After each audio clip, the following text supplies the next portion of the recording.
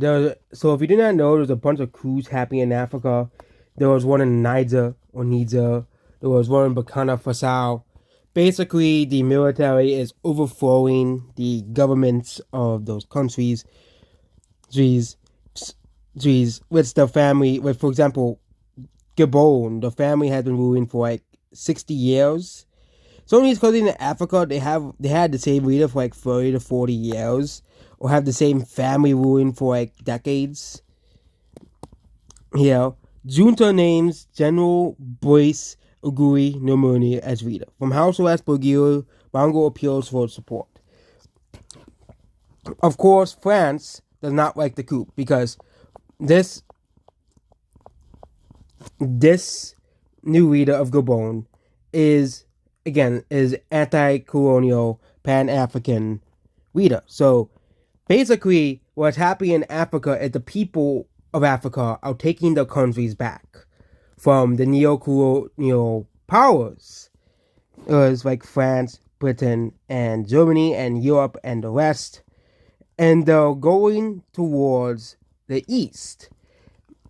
East because they have shared values, with it, and even though China, and India and Russia all have different religions than Gabon, they all have similar values with conservative values in the country. Same thing of Nigeria. Yes, Nigeria is the poorest country, one of the poorest countries in the world, but Nigeria has very conservative religious values at the core of the country. And it seems that the world that is not a part of the West is so sick of this. They're so sick of this bullcrap going on. And the people and even the military, the people in the military agree that this needs to end.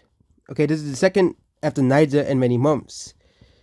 Military officers have also seized power in Mali, Guinea, Burkina Faso, and Chad, erasing democratic gains since 1990s, raising fear among foreign powers that have strategic interests in the region.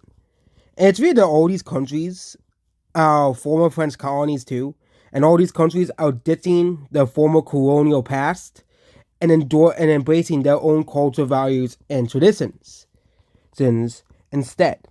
Okay, I'm Martin. I'm joyful. After 60 years, the Bongos are our power, said Jules Ruby, a jobless 27-year-old who joined crowds in Rubyville.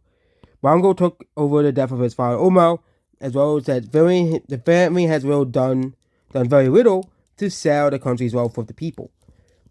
Violent unrest broke out after the 2016 election victory, and there was a foiled coup attempt in 2019.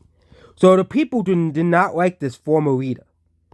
The people did not like the former leader of Gabon. Okay, there were protests and there was already attempts to get rid of this guy. Okay, because if there's a dictator and there's no way to get rid of him, you can't. It's very, very difficult to.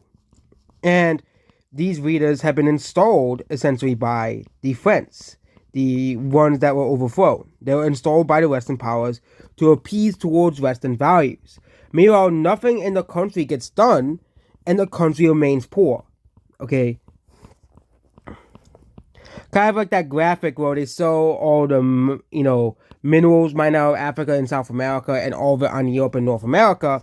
That meme or infographic is very, very true because very few African countries have been able to develop as countries. They have been, you had a couple like Botswana, Namibia, Rwanda was designed to develop as a nation, but Africa hasn't really able to develop because they have these installed leaders that will give them the wealth and European countries and Western countries wealth.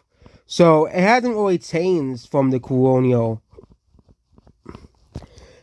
era, and it seems that African countries and the people there are done with this. They're done with these elections that are basically rigged so one party wins, okay?